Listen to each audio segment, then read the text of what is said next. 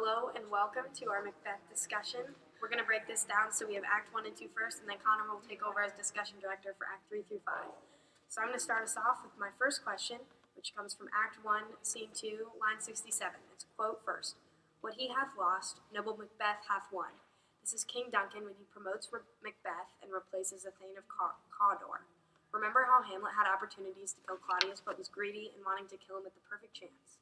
Do you think Duncan's promotion of Macbeth triggers a similar greed in Macbeth and his wife? Why or why not? I totally think it does, especially in Lady Macbeth. As a passage analyst, I have a passage that relates to that. It's Act 1, Scene 5, lines 17 through 19. To catch the nearest way, thou wouldst be great. Art not without ambition, but without the illness that should attend to it. And I said, this passage is Lady Macbeth's first appearance, and it immediately shows her cruel and ambitious nature. Upon hearing of the prophecy of her husband's success, she immediately begins to hatch a plan. She assumes right off the bat that Macbeth is incapable of doing what it needs to be king. Not only is she deceptive, but she is degrading to her husband. The whole passage sets a tone the audience should expect for her as the play goes on. So, to relate back to your question, it definitely sets off a greed in Lady Macbeth because she's, right off the bat is going for her plan. Yeah, absolutely. Right. I think Lady Macbeth definitely, as you can see in that quote, uses the masculinity versus cruelty and ambition versus greed motifs in the play to play off of Macbeth's weaknesses and manipulate him to get him to do what she wants. As you're reading this play, the question sort of comes up, especially in the beginning, does greed equal nobility within this play? And so I have a quote that says, "For brave Macbeth, while he deserves that name, disdaining fortune with his brandished steel, which smoked with bloody execution like valor's minion, carved out his passage till he forced the slave. O valiant cousin, worthy gentleman." And so when Macbeth is introduced in the story, he's portrayed as being a noble man worthy of being given a higher title. This passage, upon analyzation of the entire play, uses the motif of appearance versus reality. How obvious is the motif of appearance versus reality in Macbeth compared to Hamlet? I have something from Hamlet and Macbeth that just sums up the whole appearance versus reality. And so this is from Macbeth, Act 1, Scene 6. This castle hath a pleasant seat. The air nimbly and sweetly recommends itself unto our gentle senses. So this sets the scene for what the castle is like, describing it as beautiful.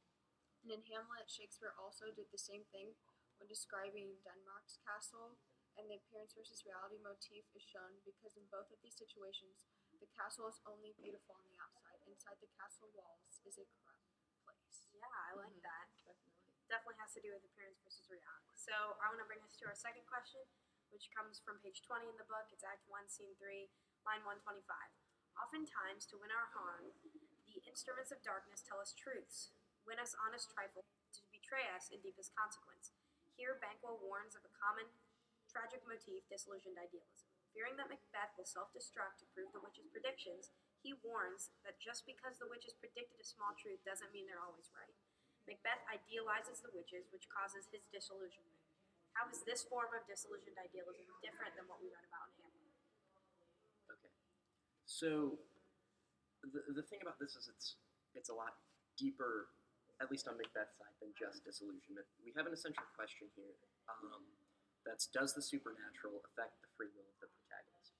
The reason that Macbeth idealizes the witches is because he believes them to be supernatural. Whether or not they're actually supernatural, the perception makes them so, at least from his perspective.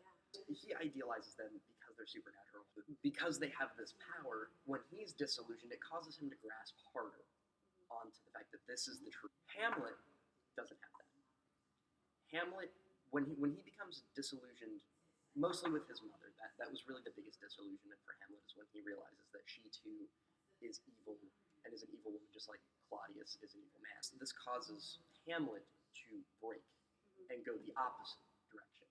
Whereas because they have this supernatural hold over Macbeth, it causes him to grip harder, which ultimately leads to his demise. Hamlet leads to his demise too in a different way. Yeah, if you think about it, that supernatural power kind of creates a disillusionment. The witches, they trigger the disillusionment, but that's about himself in Macbeth, that it's his ambition.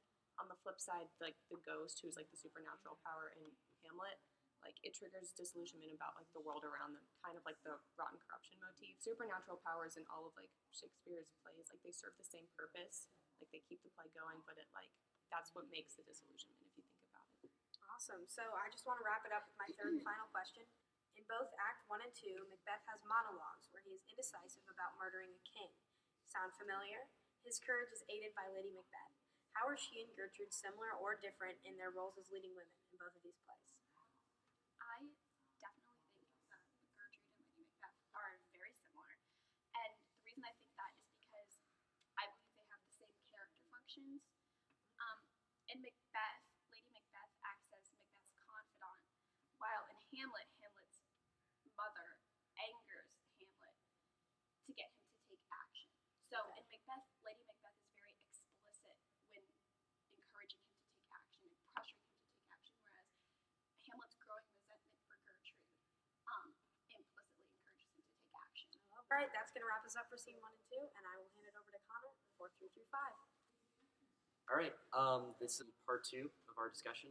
I'll be acting as discussion director this time. I think if everyone's ready, we can jump right in. Yep. All right. So my first question is about the theme of ambition in the play.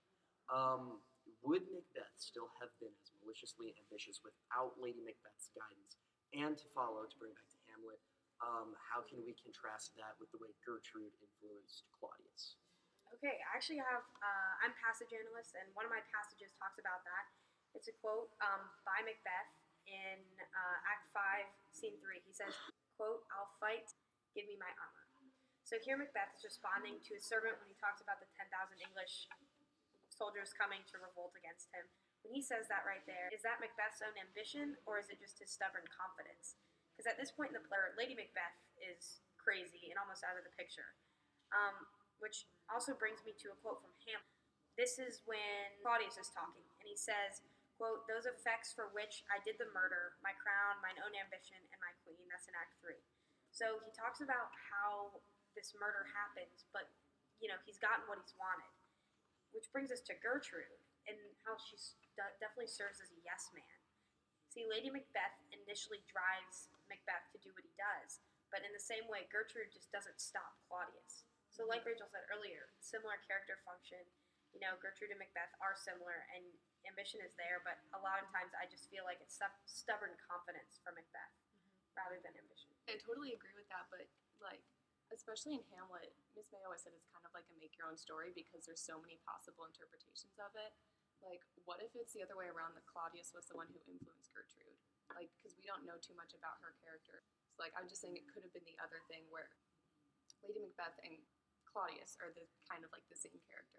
Okay. But Yeah. So Back to what you said. You said something in that quote about my own ambition and Yeah. my lady or something like that. yeah, my queen. It almost seems like you might be right. Like, even if she doesn't like overtly like actually like influence him and pressure him, maybe just her existence and the Yeah. fact that he wants her is enough of a propulsion to make him So do what he it's does. much more subtle in Hamlet. Queen figures affect the kingship. Yeah, Oh, absolutely. for sure. Definitely. As just as much as the Definitely. first lady affects the president. I mean, yeah, except in obviously a much more evil.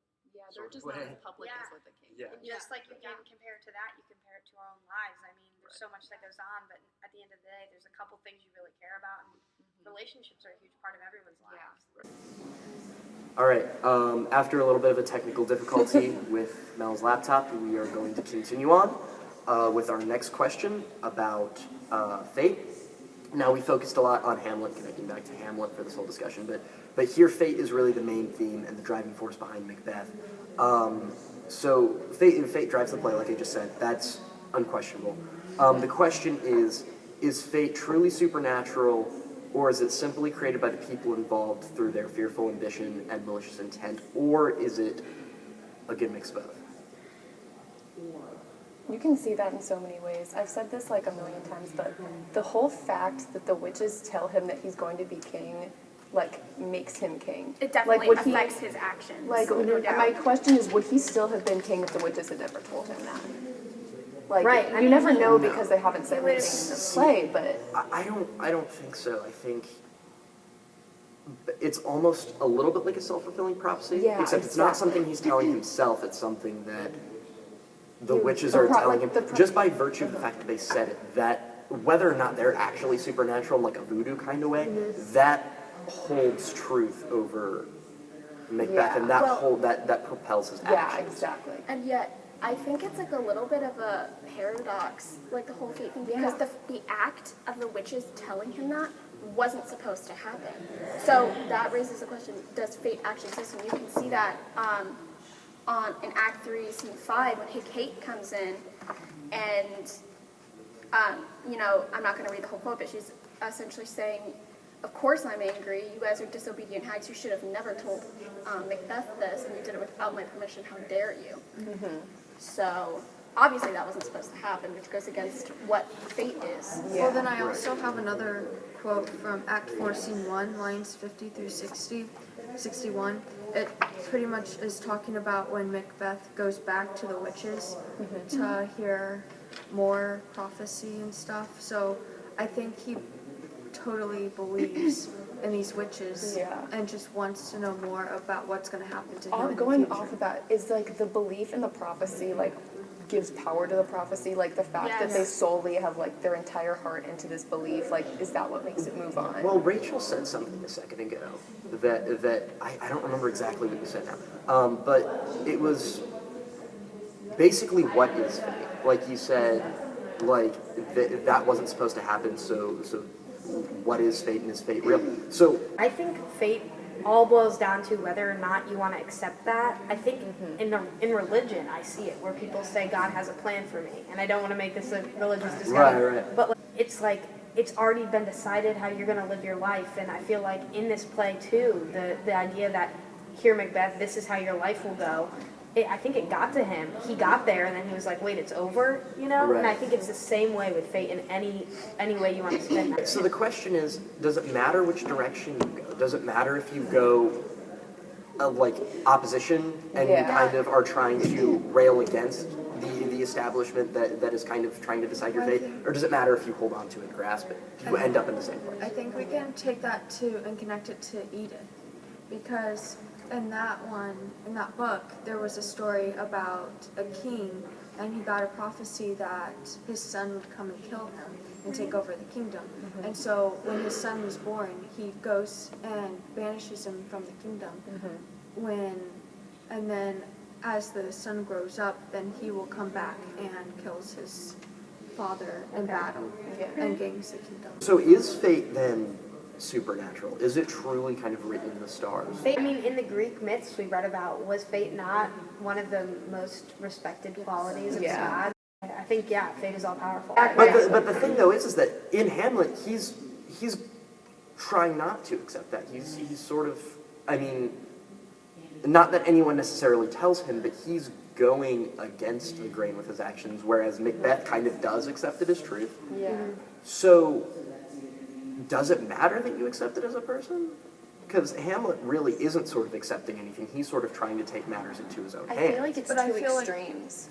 Like it's like it's not going to happen or it is going to happen. Like what would happen to someone to like meh, someone just said it, like it doesn't matter to me, and they just like disregard it. Like there's never a story where that's going to happen because that's terrible for because a plot. There's no conflict. There's no plot there, but like what would happen if that was a situation? Our earlier discussion in Act 1 and 2, I talked about when Banquo talks directly to Macbeth, and he is literally warning him, oftentimes to win us harm, the instruments of darkness tell us truth, blah, blah, blah, they could not be true.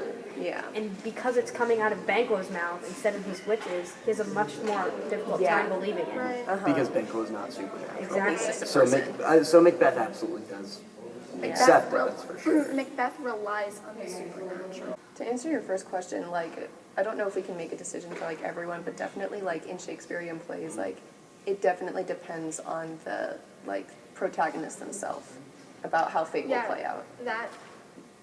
That shows Macbeth's true colors and how codependent he really is, even in other ways, on Lady Macbeth, on the witches. So are we in agreement? Fate kind of, I mean, whether you accept it or whether you try to fight it, it kind of ends up happening anyway? Pretty much. Seems in pretty literature. supernatural to me. Yeah. Yep. All right. Well, that is part 2. Thank you very much for listening.